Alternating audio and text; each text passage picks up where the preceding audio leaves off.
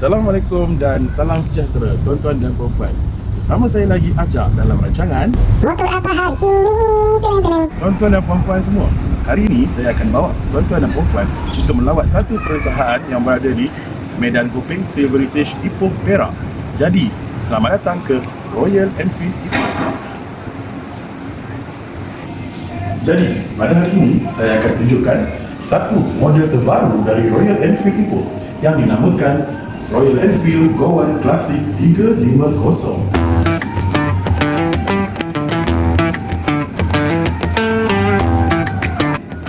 Tuan-tuan dan puan-puan semua, kalau kita boleh lihat di hadapan kita sekarang, motosikal ini sangat cantik ya?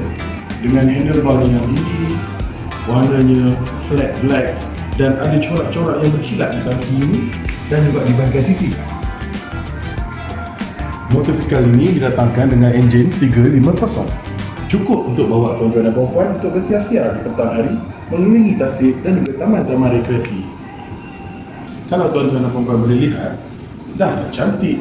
Tayarnya pula datang dengan white wall.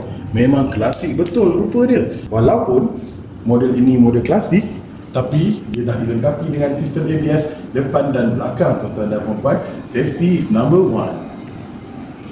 Dari apa maklumat yang saya terima, bukan setakat warna ini saja. Warna ini namanya Shag Black. Tapi terdapat satu lagi warna yang sangat menarik di sini. Hadapan saya pula sekarang ni adalah model Go One Classic 350. Tapi warnanya Purple Haze. Sangat cantik.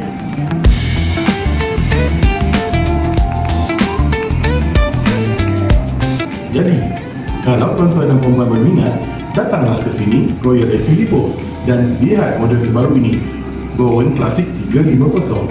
Apa lagi tunggu? Sekian saja dari saya, Ajak, untuk rancangan Motor apa hari ini?